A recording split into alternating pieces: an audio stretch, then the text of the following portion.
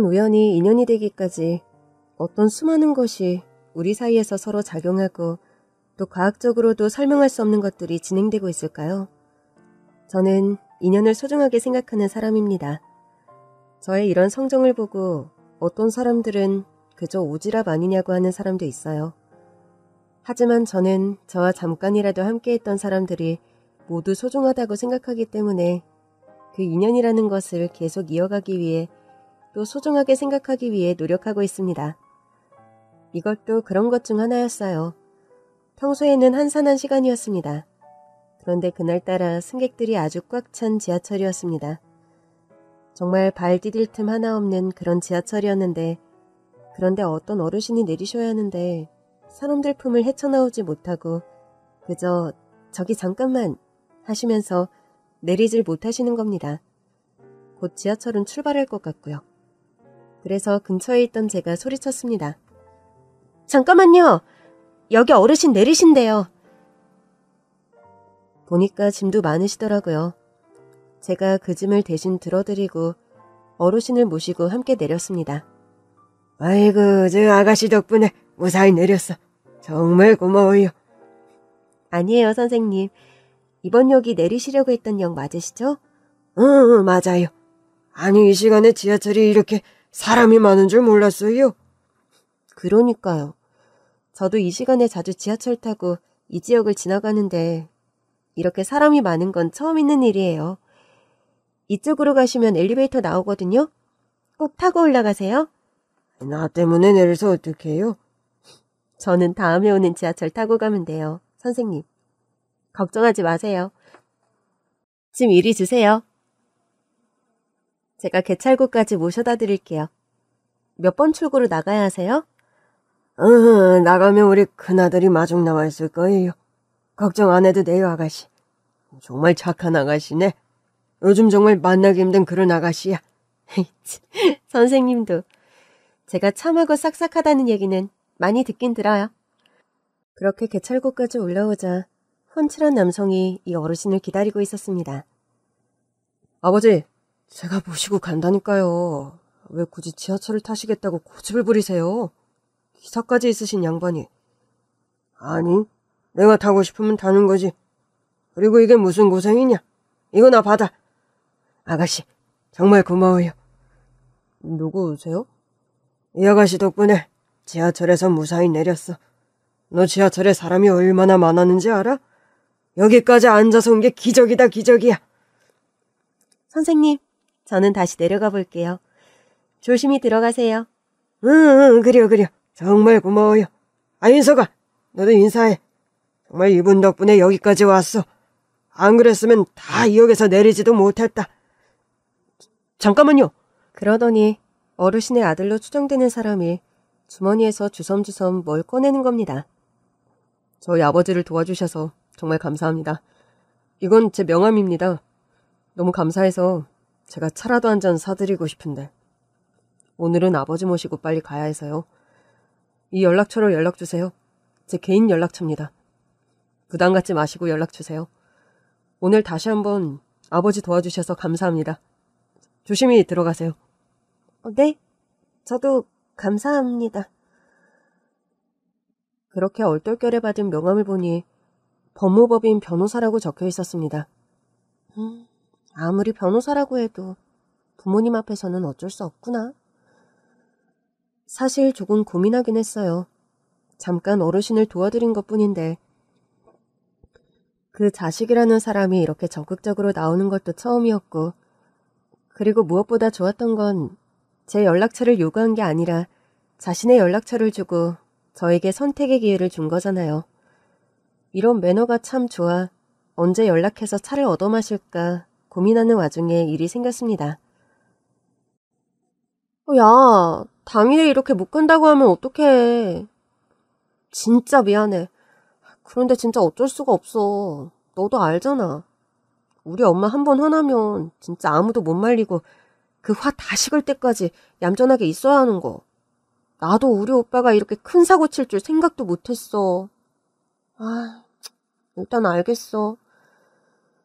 친구랑 공연을 보러 가기로 했는데 공연 몇 시간 앞두고 갑자기 못 가게 됐다고 하는 겁니다. 몇 달 전부터 예매한 공연인데 말이에요. 이 아까운 표를 버릴 수도 없고 그렇다고 모르는 사람하고 가기는 싫고. 그러다 생각난 사람이 있었어요. 안녕하세요. 저 얼마 전에 어르신 지하철역에서 도와드렸던 사람인데요. 안녕하세요. 언제 연락 주실까 기다리고 있었습니다. 안녕하세요. 저 혹시 오늘 시간 괜찮으실까요? 없는 시간도 만들어야죠. 어디로 모실까요? 제가 공연 티켓이 있는데 관심 있으시면 같이 보러 가실래요? 이런 거 취미 없으시면 같이 안 가셔도 됩니다. 아유, 당연히 같이 가드려야죠. 저도 공연 보는 거 좋아합니다. 그렇게 저는 어르신 아들과 공연을 봤고 저에게 훤칠한 남성이었던 그 사람은 남자친구에서 남편이 되었습니다. 진도가 너무 빠르죠? 일남 일녀의 첫째와 이남의 첫째가 만났어요. 똑같이 남동생이 있는 저와 남편은 가족 얘기에서도 많은 부분이 통했어요. 첫째의 서러움과 말 안 듣는 동생과 어떻게 지지고 볶고 싸웠는지, 그리고 저와 남편 모두 문과생이어서 공부 얘기도 통하고 처음에 훤칠하고 잘생긴 외모에 끌린 건 맞지만 함께 할수록 통하는 부분이 많아 결혼을 결심했습니다. 도련님, 이거 드셔보세요.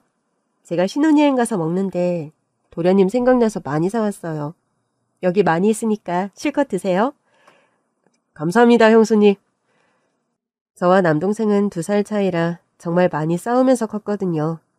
그런데 남편과 시동생은 10살이나 차이가 나더라고요. 시동생이지만 제 친동생 생각도 나고 또 저랑도 8살 차이가 나다 보니 보면 볼수록 다 큰 성인인데도 애틋한 마음이 많이 들었습니다. 형수님, 저 며칠 뒤 단상에 서야 할 일이 있는데 원고 좀 봐주시겠어요? 네네, 그럼요. 제가 봐드릴게요. 변호사인 남편과 달리 큰 사업체를 운영하는 시동생은 남편보다 더 많은 사람을 만나면서 일을 했습니다. 사업에 대해 저는 잘 모르지만 시동생이 도와달라는 일들은 많이 도와줬어요. 남편과 시어머니, 시아버지가 부탁하지 않아도 형수님 연락만 오면 버선발로 나가 함께 일하고 도와줬습니다. 뿐만 아니라 한식을 좋아하는 남편과 달리 분식류를 좋아하는 시동생을 위해 저는 떡볶이 전문가가 되어 있었습니다. 당신, 나보다 내 동생을 더 좋아하는 거 아니야? 그럴 리가 있어. 당연히 당신이 1등이지. 그런데 도련님 나이도 그리 많지 않은데 저렇게 대표로서 한 기업을 이끈다는 게 너무 대견하잖아. 내 동생 보는 것 같기도 하고. 나는 잘하면서 동생이랑 그렇게 싸우면서 컸는데 이제 철이 들었나 봐. 도련님뿐만 아니라 내 동생도 요즘 그렇게 애틋해. 사실 나도 당신이 종현이 잘 챙겨줘서 너무 고마워. 나랑은 10살 차이가 나도 친형제니까 사실 나이 차이를 그렇게 많이 못 느끼면서 자랐거든. 그런데 당신하고는 8살 차이가 나잖아. 서로 어색하고 불편하고 가족이지만 거리감을 느끼면 어쩌지 했는데 당신이 이렇게 잘해줄 거라고는 정말 나 생각 못했어. 내가 진짜 고마워하는 거 알지? 어디 그 고마운 마음 제대로 보답해봐. 나는 준비됐어. 남편도 그렇고 시동생도 그렇고 사춘기 때 반항 한번 안 하고 공부만 열심히 하며 자랐다고 해요. 그런데 문제가 생겼습니다. 이렇게 착한 막내 아들이 결혼을 하겠다고 결혼하고 싶은 여자를 데려왔는데 그 여자가 시동생의 비서였던 겁니다. 비서랑 결혼할 수도 있지.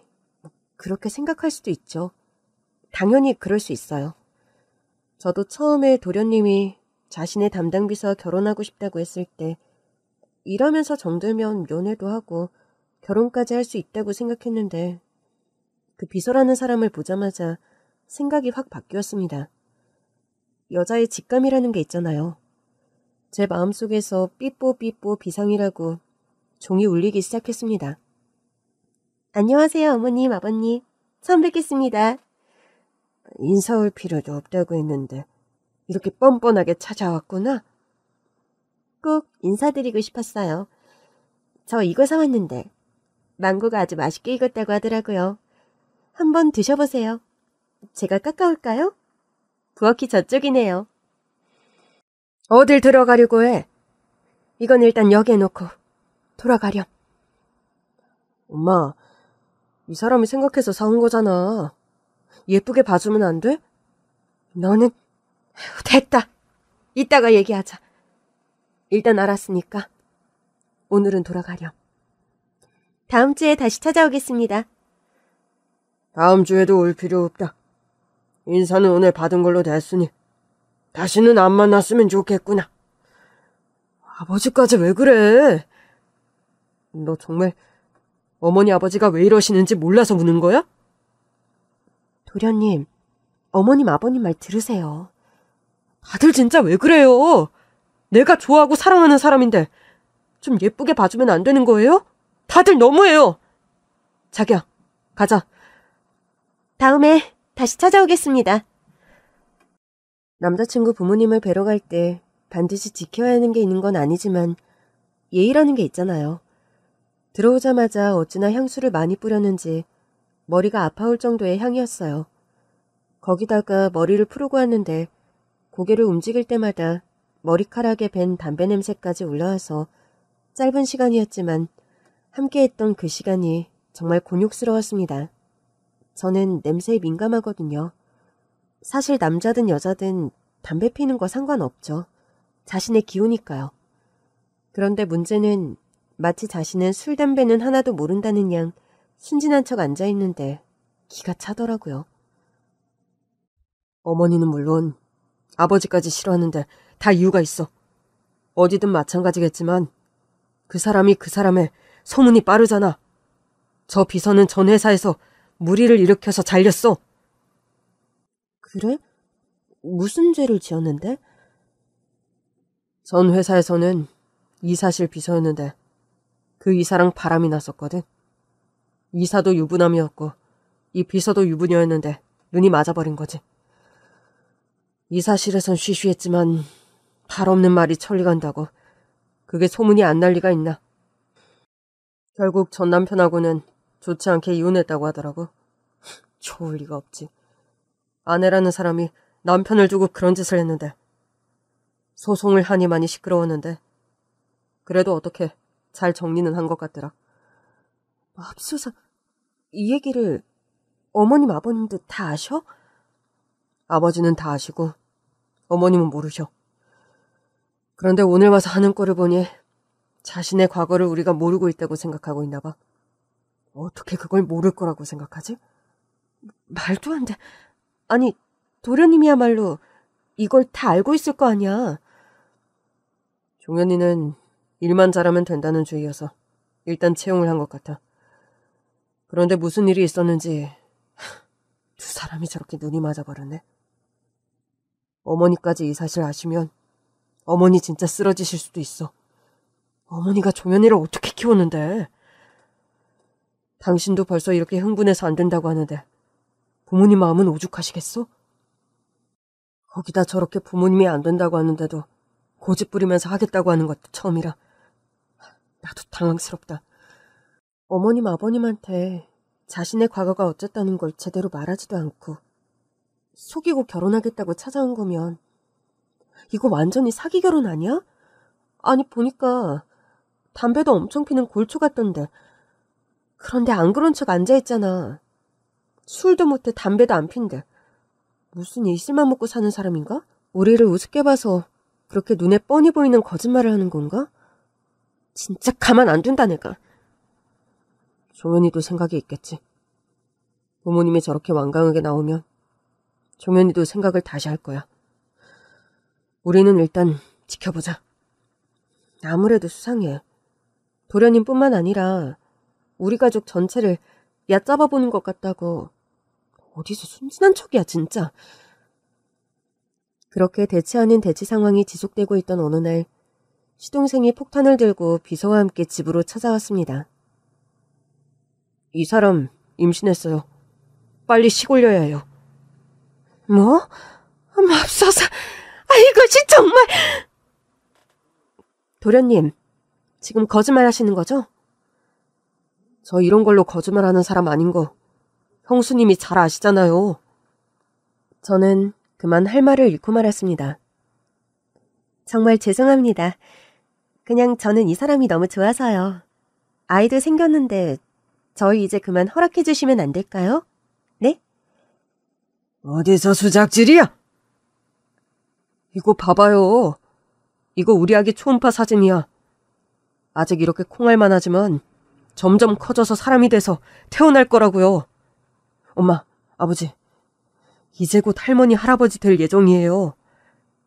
아직 초기라 조심해야 할 게 많으니까 안정기 되면 바로 시골리고 싶어요.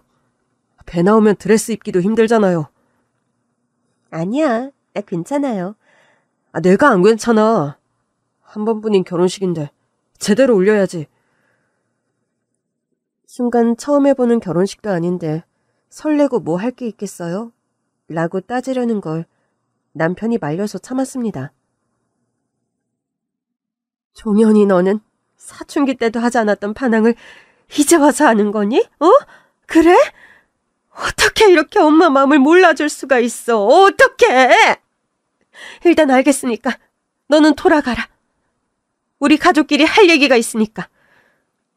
네, 다음에 다시 찾아오겠습니다.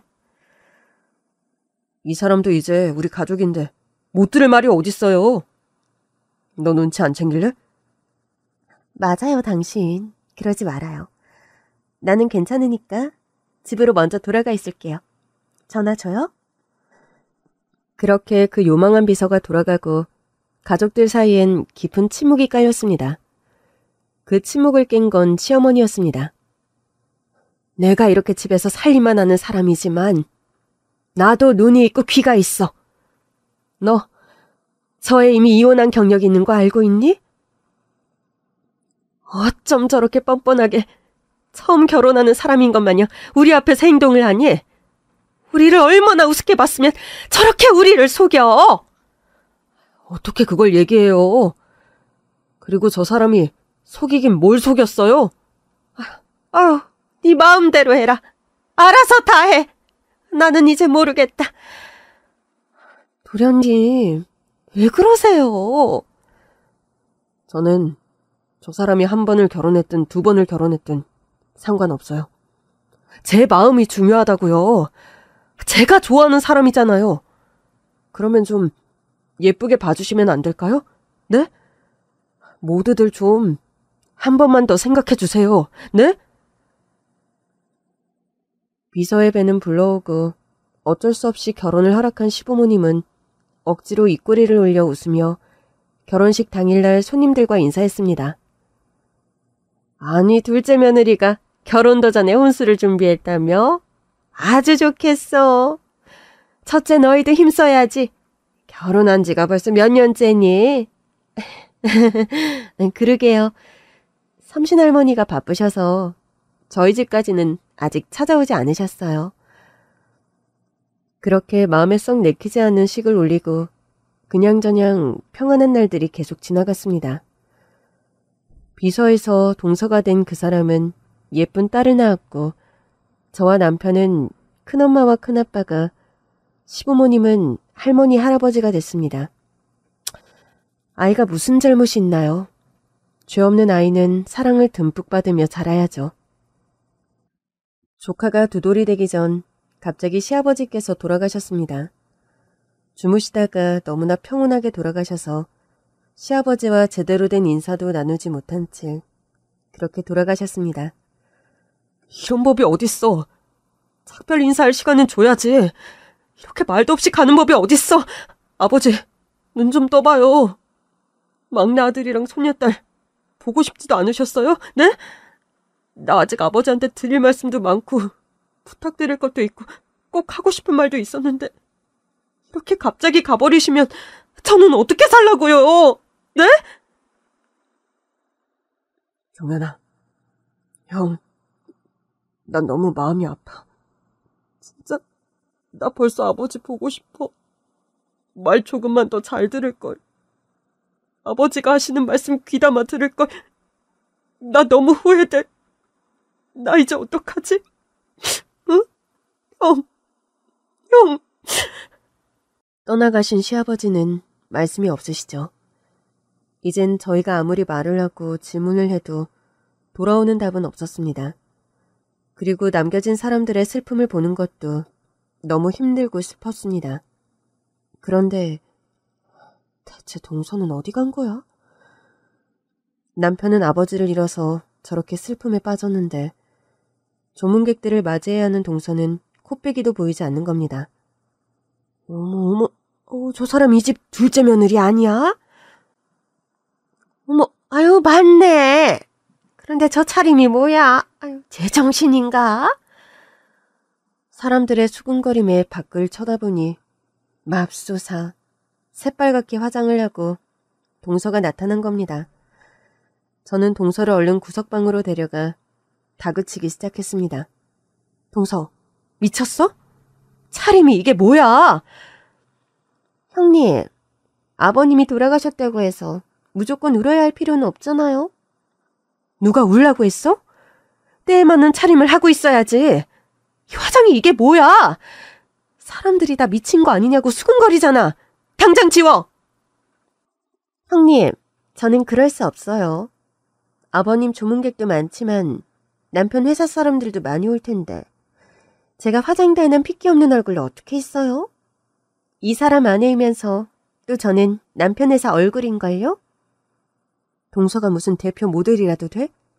모델은 연예인이 대표를 하고 있는데 동서가 무슨 대표야, 대표는. 당장 화장 지워. 어머님 얼굴에 먹칠하고 싶지 않으면. 장소와 때에 맞게 제대로 처신해야 할 거 아니야. 이런 것도 안 배웠어? 화장 안 지우고 뭐해? 저는 동서의 저런 뻔뻔스러움에 정말 기절하는 줄 알았습니다. 대체 자신의 시아버지가 돌아가신 장례식장에서 저게 대체 무슨 무리한 행동이냐고요. 장례식장에 누가 얼굴 보러 옵니까? 아니, 화장 지우랬더니 또 어디 갔어? 장례식장 여기저기를 돌아다니는데 저기서 천천히 걸어 나오는 동서를 발견했습니다. 그리고 그 옆에는 모르는 사람이 함께 들어오더군요. 어디 갔었어? 자꾸 자리 비울 거야?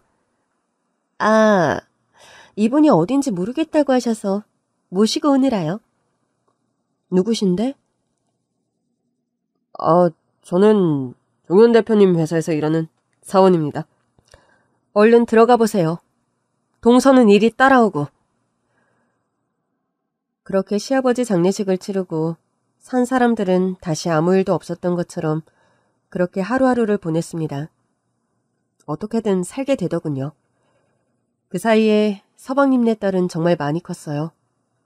남의 집 아기는 빨리 큰다더니 그 말을 실감하면서 자랐습니다. 큰엄마, 수진이 이거 주세요. 아이고, 우리 수진이 귤이 먹고 싶어요? 네, 귤이 먹고 싶어요. 그러면 하세요. 입으로 귤 들어갑니다. 슝! 아이의 깨르르 웃음소리만 들어도 마음속에 쌓여있던 스트레스가 모두 날아가는 기분이었습니다. 서방님, 요즘 동서는 많이 바쁜가 봐요? 네. 후배 비서가 2명이나 들어와서 교육하느라 정신이 없어요. 바쁘면 좋죠 뭐. 그러면 이제 사장 비서실에 동서 말고도 비서가 2명이나 더 있는 거예요? 그런 셈이죠. 이 사람이 이제 일 그만하고 집에서 수진이 보면서 좀 쉬고 싶다고 해서요. 아무래도 이 사람처럼 경력자면 상관이 없는데 다들 좋은데 경력이 짧은 게 아쉬워서 그냥 2사람 전부 채용했어요. 그렇게 귤이 좋다고 웃던 수진이가 중학생이 되고 조용하기만 하던 집안에 일이 터졌습니다. 서방님한테 무슨 일이 생긴 건데? 동서, 천천히 말해봐. 이 사람이 숨을 안 쉬어요. 어떻게 해야 할지 모르겠어요. 조카 수진이는 친구들을 만나러 나간 일요일 오전. 서방님이 숨을 쉬지 않는다는 급박한 전화 한 통. 일단 119에 빨리 신고부터 해. 나도 병원으로 갈게. 무슨 일이야? 조견이가 숨을 못 쉰다고? 모르겠어. 병원으로 옮기면 다시 연락한대. 일단 우리도 빨리 준비하고 나가자. 어머님한테는 일단 말하지 말고. 그래야지. 어머니 소식 듣고 쓰러지실 수도 있어. 그렇게 저와 남편이 도착했을 때 서방님은 이미 숨을 거둔 뒤였습니다. 동서, 대체 어떻게 된 일이야? 서방님은? 형님, 저 이제 어떻게 살아요? 네? 이 사람 없으면 저도 못 살아요. 저 정말 어떡하냐고요? 일단 진정이 되지 않겠지만 진정하고 천천히 얘기해봐. 대체 무슨 일이 있었던 거예요? 경찰들은 뭐고요? 사고 난 거예요? 수진이는 친구 집에서 자고 온다고 하고 오랜만에 남편이랑 좋은 시간 보내고 싶어서 호텔을 예약했어요. 호텔에서 신혼처럼 분위기도 내고 그렇게 즐겁게 시간 보내고 자고 일어났는데 이 사람이 아무리 깨워도 일어나지 않는 거예요. 너무 놀라서 숨쉬나 확인해보니 숨도 쉬지 않고 몸도 차갑게 식어 있었어요. 대체 왜 이렇게 됐는지 저도 모르겠어요. 저 너무 무서워요, 형님. 저 이제 어떡해요? 이렇게 허무하게 이 사람을 보낼 수 없어요. 저 정말 살 수가 없다고요. 일단 영안실로 옮기겠습니다. 그리고 장례식장 내려가셔서 어떤 곳에 사실지 이것저것 정하셔야 하는데 어떤 분이 상 주시죠? 세상은 참 냉정합니다. 병원과 장례식장 관계자들은 저희가 슬퍼할 시간을 주지 않았어요. 이것저것 결정해야 할 것도 많고 너무 힘들어하는 수진이와 동서 대신 저와 남편이 조문객들을 맞이했습니다. 그런데 어디서 많이 본 사람이 장례식장으로 들어오는 겁니다. 대표님! 저렇게 대성통곡을 하면서 말이죠. 대표님, 어떻게 대표님이 이렇게 영정사진 속에 있을 수가 있는 겁니까? 저는 믿을 수가 없습니다. 저희를 이끌어 주신다고 했잖아요. 우리 회사를 세계 최고의 회사로 함께 만들어가기로 했지 않습니까? 너무 시끄러워서 조금은 조용히 해달라고 말해야 할까 고민하는데 그 직원을 보자마자 동서가 갑자기 오해를 하기 시작하는 겁니다. 저와 남편은 너무 요상한 분위기에 당황해서 말리지도 못하고 그저 두 사람이 하는 양을 쳐다만 보고 있었습니다. 조문객들도 이쪽을 힐끔 쳐다보는 게 느껴졌습니다. 거기다 동서까지 엉엉 울어버리니 남편과 시어머니와 저는 그저 두 사람이 진정하기를 기다리고 있는데 조카 수진이가 조용히 저희 옆으로 다가왔습니다. 큰엄마, 저거 다 쇼예요, 쇼. 두 사람 지금 사람들 앞에서 쇼하는 거라고요. 뭐? 수진아, 그게 무슨 소리야? 쇼라니? 지금 네 엄마가 쇼를 하고 있다는 소리니? 대체 조카가 하는 말이 무슨 말일까요? 저렇게 울고 있는 게 다 쇼라는 말일까요?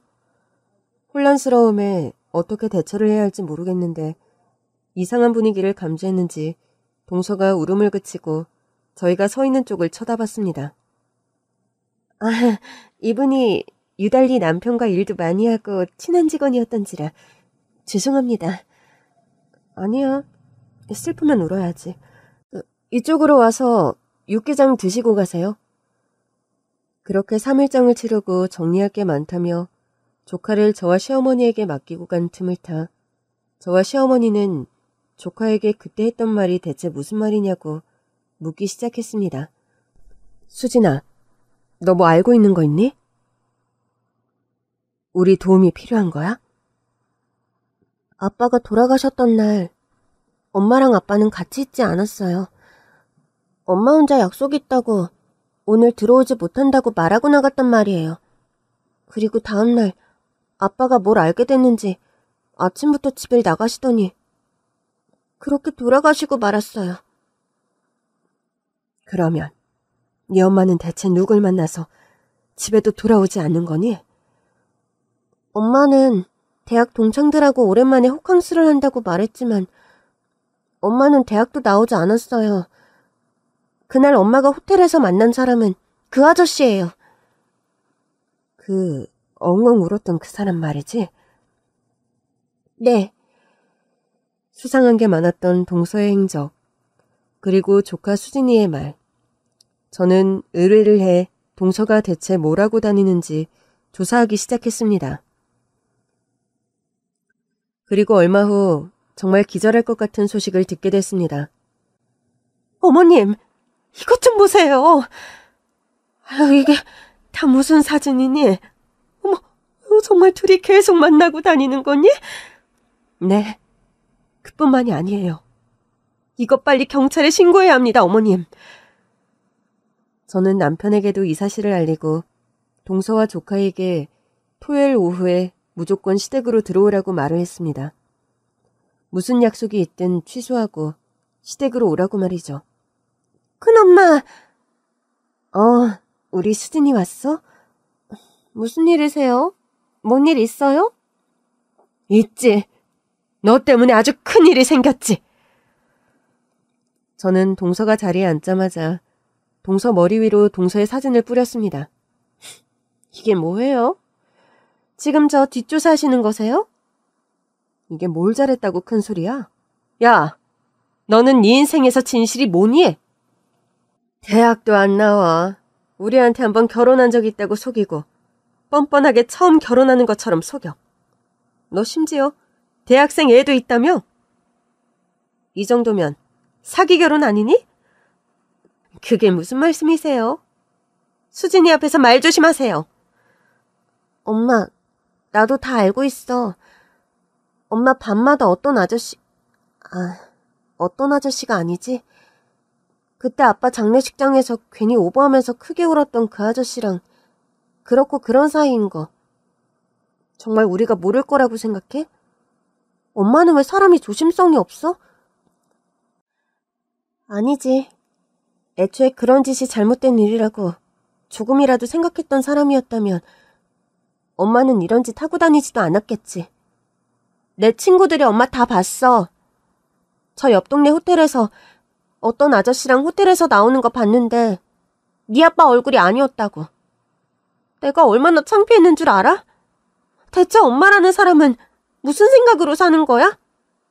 그렇게 다른 남자 만나고 다닐 거면 애초에 우리 아빠하고 왜 결혼했어? 그런 거 아니야, 수진아. 그냥 일 때문에 만난 사람이라고. 왜 너 정작 엄마 말은 믿지도 못하는 거니?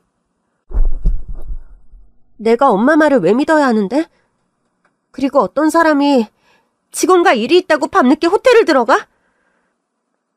너 우리 종현이 회사 오기 전에 다녔던 전 회사에서도 유부남 직원이랑 바람나서 잘렸었다며? 말이 이렇게 빠르다. 정말 우리가 그런 거 하나도 모르고 결혼 허락해줬다고 생각하는 건 아니겠지? 너는 수진이 아니었으면 우리 집안에 발도 못 붙였다. 알아? 종현이가 알아서 일을 잘하니까 알아서 직원들 잘 채용하겠지. 지금까지 잘해왔으니까 앞으로도 잘하겠지. 하고 믿었었는데 너만큼은 절대로 허락해줘서는 안 됐었다. 절대로. 사실 이것만 가지고 이렇게 동서를 부른 건 아니었습니다. 자, 그럼 동서, 이제 정말 중요한 얘기를 해볼까? 서방님, 어떻게 돌아가셨는지 자세하게 설명해 줄 수 있겠어? 어디 호텔을 갔고 몇 시에 체크인을 해서 뭘 했는지 말이야. 아니, 그때 다 말씀드렸잖아요. 이 사람 아직 49제도 지나지 않았어요. 아직도 가슴이 미어진다고요. 그런데 그때 일을 왜 또 물어보시는 건데요? 엄마, 진짜 슬픈 거 맞아? 슬픈 게 아니라 두려운 거 아니야? 엄마와 그 엄마의 내연남의 비밀이 밝혀질까봐 무서운 거 아니냐고. 너 엄마한테 그게 무슨 말버릇이야? 엄마가 너 그렇게 가르쳤니? 나는 엄마한테 배울 게 하나도 없어. 엄마가 큰엄마처럼 좋은 대학을 나오기로 했어. 큰엄마랑 큰아빠처럼 부부가 서로를 사랑하기로 했어? 엄마, 정신 차려. 아직도 모르겠어? 이 사진을 봐봐. 이 정도 정보력인데 우리가 아빠 돌아가셨던 날 무슨 일이 있었는지 정말 몰라서 물어보는 것 같냐고. 그건 정말 우연한 사고였다고요. 수진아, 정말 사고였어. 진짜야, 진짜예요, 어머님. 저도 이 사람 이렇게 갑자기 하늘나라로 간 거 너무 마음이 아프고 슬퍼요. 이제 수진이랑 어떻게 이 세상을 살아가야 할지 너무 막막하다고요. 제발 저희 좀 가엾게 여겨주세요. 제 동생의 정확한 사인은 질식사입니다. 자다가 갑자기 숨이 멈춘 게 아니라고요. 그리고 이미 호텔 CCTV도 다 확인한 상황입니다. 아시죠? 우리나라 CCTV 기술 세계 최고인 거요. 재수 씨는 토요일 오후 3시 15분쯤 호텔 체크인을 했습니다. 제 동생 종현이와 함께가 아니라 혼자서요. 그리고 1시간 뒤 그 인간이 그 인간은 재수 씨 내연남 말하는 겁니다. 그 인간이 당당하게 호텔로 들어가더군요. 그것도 이미 재수 씨가 들어간 방으로요. 그리고 꼼짝도 안 하고 방에서 나오지 않았습니다. 아주 엄청나게 즐거운 시간을 보냈나 봐요. 그리고 다음날 아침 8시 48분 내 동생이 호텔로 들어갑니다. 전날 동생이 호텔에 들어간 흔적은 전혀 없어요. 그리고 동생 아파트 CCTV도 동생이 아침 일찍 집을 나서는 게 전부 찍혔고요. 그렇게 호텔로 들어간 서방님은 다시 두 발로 호텔을 나오지 못했지. 그렇게 서방님이 동서가 있는 호텔방에 들어가고 약 1시간 뒤에 그 내연남이 옷도 제대로 못 입고 호텔방을 뛰쳐나왔고 동서가 나한테 서방님이 숨을 쉬지 않는다고 전화한 시간과 비슷해. 자, 이제 설명해봐, 동서. 왜 서방님이 돌아가신 건지 제대로 설명하라고. 그래요. 저랑 제 애인 짓이에요. 이제 드디어 네 본색을 드러내는구나. 좋은 시간 보내고 있는데 눈치도 없이 나타나잖아.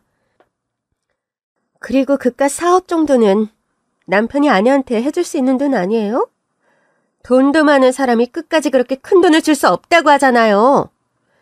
하지만 계획적으로 한 건 아니에요. 호텔 방 안에서 몸싸움이 있었고 어쩌다 보니 그랬어요. 수진아, 미안하다. 네 아버지를 그렇게 만들어서. 하지만 진짜로 고의가 아니었다고요. 저도 얼마나 놀랐는 줄 아세요? 당연히 놀랐겠지. 그 짧은 시간에 내연남이랑 이 상황을 어떻게 정리할지 입맞추고 경찰이 알 수 없도록 알리바이를 만들고. 그런데 우리나라 경찰들이 그렇게 멍청한 사람들인 줄 알아? 동서? 동서랑 그 사람의 어설픈 거짓말을 그냥 그렇구나, 알겠습니다 하고 넘어갈 줄 알았냐고. 서방님 목에 희미하게 남아있던 멍자국. 그런 건 하나도 몰랐지? 멍자국? 동서는 이미 뒤가 구린 게 너무 많았어. 그걸 경찰이 몰랐을 것 같냐고. 그리고 서방님이 돌아가시기 전에 이미 경찰에 횡령 관련해서 조사를 맡긴 상황이었고 가장 유력한 용의자가 동서였어. 그런데 갑자기 서방님이 세상을 떠나셨대. 우리 서방님은 얼마나 억울하셨겠어. 억울해서 눈이 감기셨겠냐고. 이 살인자야. 내 아들 살려내. 다시 살려내라고. 너는 내가 지옥 끝까지 쫓아가서 가만두지 않을 거다. 사는 게 지옥이라는 걸 알게 해줄 거야. 죽고 싶어도 내가 죽지 못하게 할 거야. 너는 아파도 괴로워도 정말 죽을 것 같아도 내가 허락하지 않는 한 절대 죽을 수 없어. 아니야. 그런 거 아니야. 저는 잘못한 거 없어요. 다 그 사람이 꾸민 짓이라고요. 이건 다 거짓말이야. 당신들이 뭘 알고 지금 이런 식으로 나를 몰아가는 거야? 당신들 잘 생각해. 이제 이 회사는 내 거라고. 나는 종현 씨의 당당한 아내 자격으로 이 회사를 물려받을 자격이 있다고. 그런데 이런 나를 당신들이 이길 수 있을 것 같아? 상속이 그렇게 쉬운 줄 아세요? 그리고 그걸 우리가 가만둘 것 같아요? 돈 얘기는 정확하게 몰랐는데 방금 재수씨가 재수씨 입으로 다 불었잖아요. 그깟 4억 좀 주면 안 되냐고.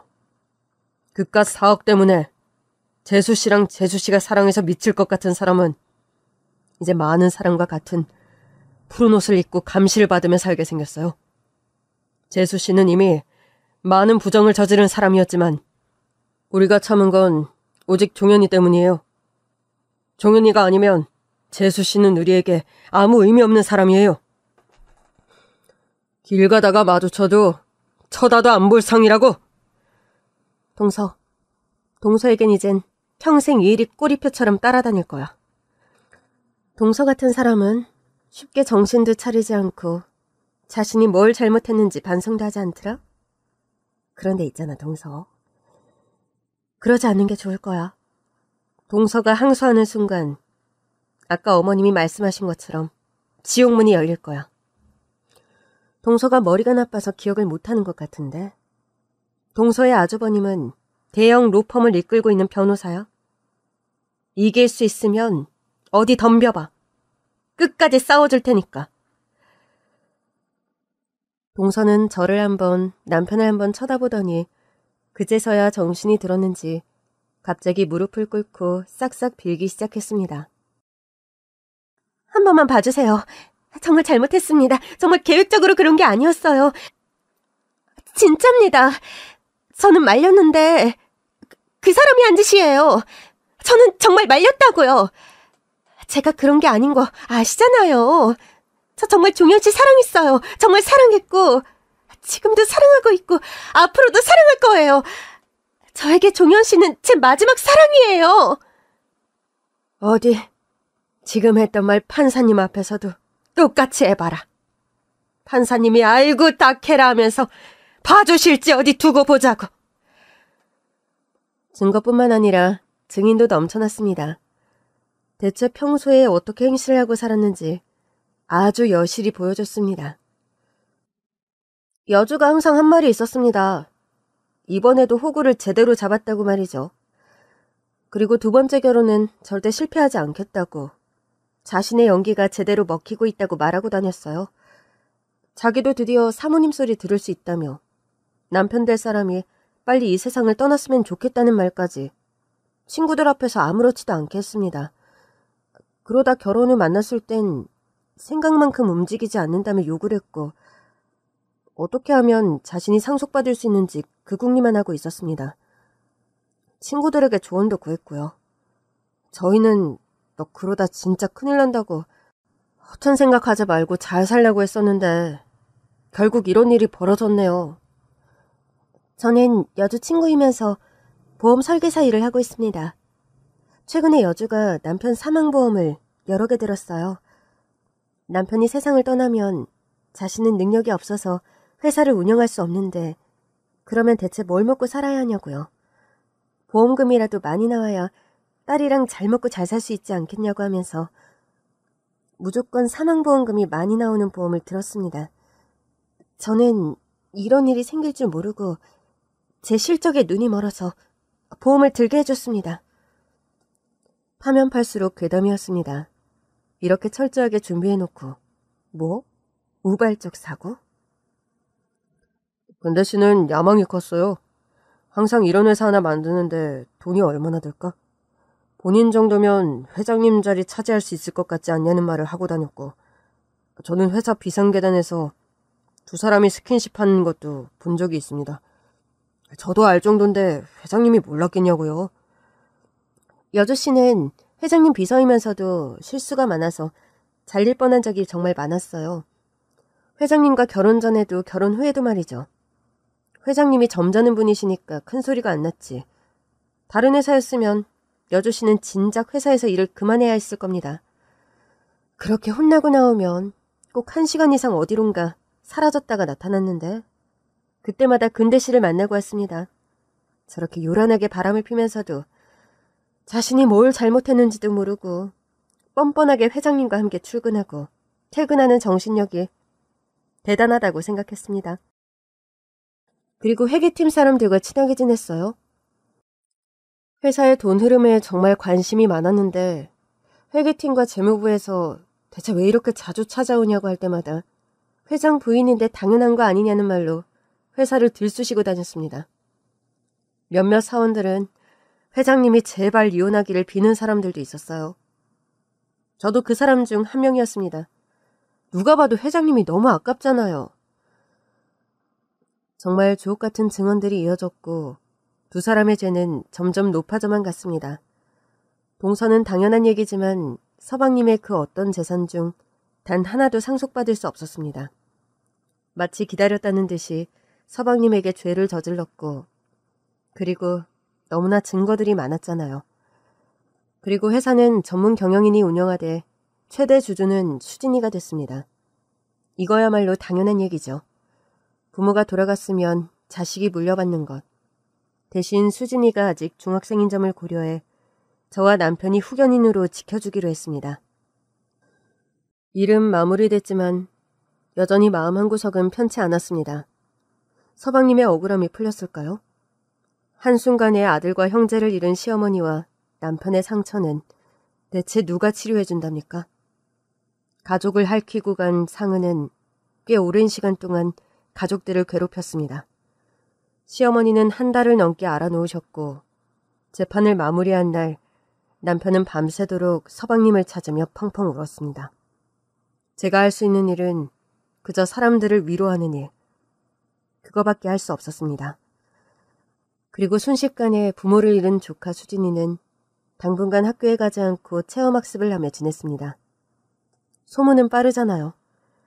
학교 친구들이 동서가 서방님이 아닌 다른 남자와 호텔과 모텔을 들락거리는 걸 이미 다 본 상황인데 아무리 수진이 앞에서 모르는 척해도 알만한 사람은 다 알고 친구의 부모들까지 이번 일을 가지고 쑥덕거리고 있을 확률이 100%잖아요. 이 소란스러움이 조금 잔잔해질 때까지 우리 가족은 그저 시간이 흘러가는 대로 아무것도 하지 않으며 상처를 치유했습니다. 서방님, 저희 왔어요. 그리고 벌써 기일이 됐습니다. 편하게 쉬고 있네? 재판 결과는 마음에 들었어? 정말 너를 위해 형은 최선을 다했다. 네 억울함이 풀릴 수만 있다면, 네가 하늘에서 마음 편하게 쉴 수만 있다면 정말 그 어떤 것도 다 할 수 있겠더라. 나는 그런 심정으로 재판을 준비하고 재판에 임했어. 사실 결과가 전부 마음에 드는 건 아니야. 그래도 네 형수가 이 정도면 잘했다고 칭찬해 주더라. 알지? 네 형수 완전히 네 팬이잖아. 내가 좋아하는 음식보다 네가 좋아하는 음식을 더 많이 했을 정도로 너를 좋아했는데 형수가 네 억울함을 풀어주기 위해 누구보다 열심히 뛰었어. 맞아. 나 지금 생색내는 거야. 그러니까 아주 나중에 우리 만나면 고맙다고 해라. 아니다. 그 전에 우리가 먼저 괜찮냐고 물어봐야지. 네 마음 괜찮냐고 꼭 먼저 물어본 다음에 생색낼게. 아이고, 막내야. 그곳은 편하니? 어떻게 엄마를 두고 먼저 갔어. 괜찮아. 이거 불효 아니다. 그저 거기에서도 몸 건강히 있어라. 네 아버지는 만났니? 너 아버지한테 혼나지는 않았고? 그 양반이 좀 꼬장꼬장해야지. 아버지가 잔소리해도 그냥 그러려니 해라. 다 널 사랑해서 하는 거니까. 엄마도 우리 막내 아들 많이 사랑한다. 아빠, 나 얼마 전 시험에서 전교 1등 했어. 큰엄마가 제일 기뻐하셨어. 아빠도 그곳에서 함께 기뻐하고 있지? 사실 얼굴은 엄마를 많이 닮은 것 같아서 요즘 심란해. 혹시 이 얼굴로 나도 엄마처럼 그렇게 사는 건 아닐까? 그런데 할머니랑 큰아빠랑 큰엄마가 절대 그럴 일 없을 거래. 얼굴만 엄마 닮았지 내 심성이나 공부 잘하는 건 전부 아빠 닮았대. 그런데 진짜 그런 것 같아.